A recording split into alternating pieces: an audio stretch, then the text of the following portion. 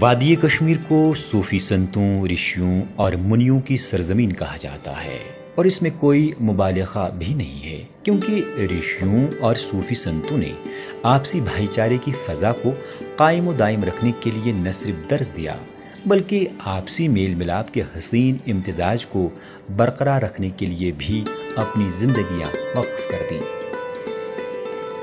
اسی آپسی بھائی چارے اور مذہبی رواداری کی صدیوں پرانی روایت کی زندہ مثال ہمیں بھارتی ریاست جموں و کشمیر کی دارالحکومت سری نگر کے کوہ ماران کے دامن میں واقع حضرت شیخ حمزہ مخدوم رحمۃ اللہ علیہ کے اس آستان عالیہ اور اس آستان عالیہ کے عقب میں موجود مندر اور ساتھ ہی اس گردوارے سے ملتی ہے، جہاں مخدوم صاحب رحمۃ اللہ علیہ کی زیارت گاہ کے اندر مسجد کی اذان، مندر کی گھنٹی اور گردوارے کا کیرتن ایک ساتھ سنائی دیتا ہے۔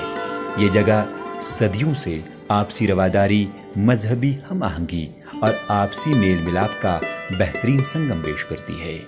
اس زیارت گاہ میں نہ صرف مسلم برادری کا تانتا بندھا رہتا ہے بلکہ اپنی من کی مرادوں کو پورا کرنے کے لیے دوسرے عقائد کے لوگوں کی خاصی تعداد بھی دیکھی جا سکتی ہے۔ کامل ہے یہ تو ہے ہی معددات والی۔ جب ہم کسی خاص شخصیت کے پاس جاتے ہیں اس کا عکس پڑتا ہے، ہم سکون ملتا ہے۔ مسلمان ہو غیر مسلم ہو وہ یہاں آتے ہیں، فیض پا کر واپس جاتے ہیں۔ ایک اشراء کر دی تلا بہرے موری یہ بے نوا، چون از کرم کر دی دعا یا شیخ حمزہ پیر۔ معددات اندے یہاں ان کو بینائی آئی ہے، معددات اندوں کو اگر یہ دنیائی بیماری سے بھی بہت اس وقت کے مریض جو اس کے تھے آج بھی آتے ہیں، بھیڑ یہاں ہوتی ہے، تانتا بازار رہتے ہیں دن یہاں پر، اتنا اور کسی آستان پر نہیں ہے۔ یہ یہی وجہ ہے کہ آپ دور دراز علاقوں میں گئے، اپنی جن کو جو خلیفہ ان کو بھیجا کرتے ہیں اسلام کی اشاعت کے لیے، اسلام کے پھیلاؤ کے لوگوں کے سمجھانے کے لیے، اسلام سکھانے کے لیے، تو آپ جموں کشمیر میں مذہبی ہم آہنگی کی شاندار علامت مزید پروان چڑھتے ہوئے ہم نے اس وقت دیکھی جب اس مندر کے اندر جانے کے لیے ہمیں دروازہ اس مقامی مسلمان نے کھولا، جو کہ پچھلے لگ بھگ 28 سال سے اس مندر کی دیکھ ریکھ کر رہا ہے، اور وہ ہر آنے والے کا بلا لحاظ مذہب و ملت اور بلا تفریق رنگ و نسل استقبال کرتا ہے۔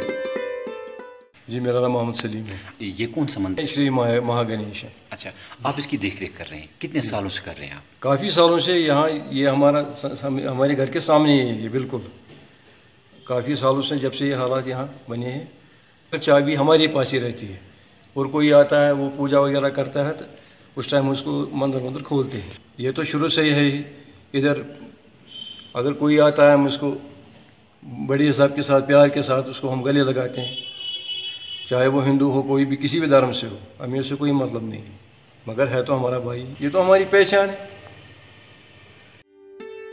وہی فرقہ وارانہ ہم آہنگی صرف ہندو اور مسلم برادری تک ہی محدود نہیں ہے، بلکہ وادی میں مقیم سکھ برادری بھی سماجی ہم آہنگی کا ایک اہم حصہ ہے، جہاں اس گردوارے میں نہ صرف سکھ برادری کے لوگ صبح شام کیرتن کے لیے آتے ہیں بلکہ مسلمان اور ہندو طبقے کے لوگ بھی یہاں آتے رہتے ہیں۔ اگر مسجد میں جاتے ہیں تو ہمیں کوئی منع نہیں کرتا ہے، وہاں کے لوگ، مسلمان لوگ یہاں آتے ہیں، درگاہ جاتے ہیں، درگاہ سے پہلے ادھر پہنچتے ہیں، سجدہ کرتے ہیں، سجدہ کر کے پھر جاتے ہیں، کوئی فرق۔ یہاں کا بھائی چارہ بہت ہی اچھا ہے، اس جگہ کا جو بھائی چارہ ہے بہت اچھا لگ رہا ہے ہمیں 12-15 سال ہو گئے یہی دیکھتے ہیں۔ خدا کے بندے ہیں، اولے اللہ نور پایا قدرت کے سب بندے، ایک نور تے سب جگ اجیا کون پڑے کون بندے۔ وادی کشمیر کے اس بھائی چارے اور آپسی میل ملاپ اور مذہبی رواداری کے اس مضبوط رشتے پر نامساعد حالات یا کوئی سیاسی بحران کبھی بھی اثر انداز نہیں ہوا اور نہ ہی آئندہ ہو سکتا ہے، کیونکہ کشمیر ہمیشہ ہندو مسلم سکھ اتحاد کا گہوارہ رہا ہے۔ ETV بھارت کے لیے سری نگر سے پرویز الدین کی خاص رپورٹ۔